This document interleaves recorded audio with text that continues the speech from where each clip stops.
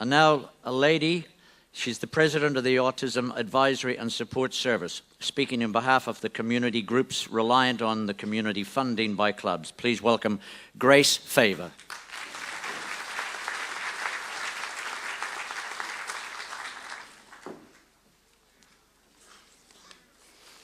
Good evening, everyone. My name is Grace Fava, and I'm the proud mother of two beautiful, cheeky little boys who have autism. I'm also the founder and president of Autism Advisory and Support Service. We're a not-for-profit charity and we're run by volunteers. Even I, who work in excess of 50 hours a week, do not get paid for what I do because we're not funded by the government. We rely heavily on fundraising and donations to be able to provide our services at no charge or for a nominal fee to families affected by autism Australia-wide. And as I just said, we receive no recurrent government funding. I'd just like to say Chris Hayes is a huge supporter of ours. But we've approached the government on many occasions for funding, and every time we've been refused, every single time. So we turned to the clubs. And we are so grateful, first of all, to Mounties. They gave us our first $10,000.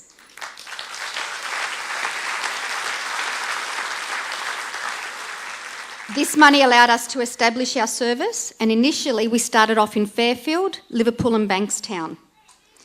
We quickly expanded through word of mouth, Australia-wide, and we don't turn anyone away.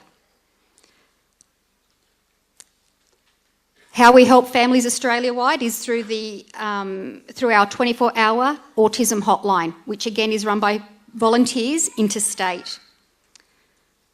All of that is self-funded. So basically we ask for donations and we dance on tables. Not literally though. Our gratitude also extends to Canterbury Leagues, the Liverpool Catholic Club, Triglav Panthers and Cabramatta Rugby Leagues Club, who through their generosity, through the CDSC and outside of that, have assisted countless children with autism and their families by funding various projects like support groups for parents from Cantonese, Mandarin and Arabic backgrounds, art groups, music groups and countless other services that we hold for families and children with autism.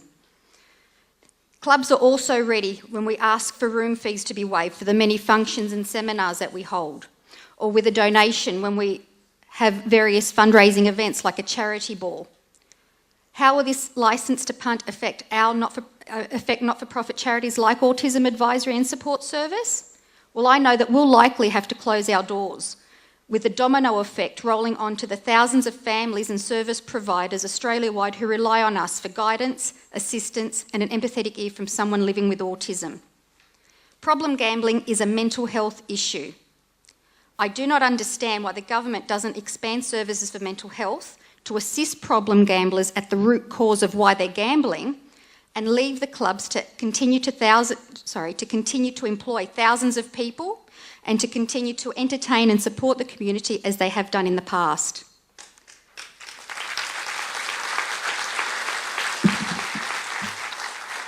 Just a few quick statistics on autism. Every 7 minutes there is a child diagnosed with autism. Compare that to problem gambling. And I'm not saying that gambling isn't a problem, it is, but there are huger issues out there that we should really be focusing on.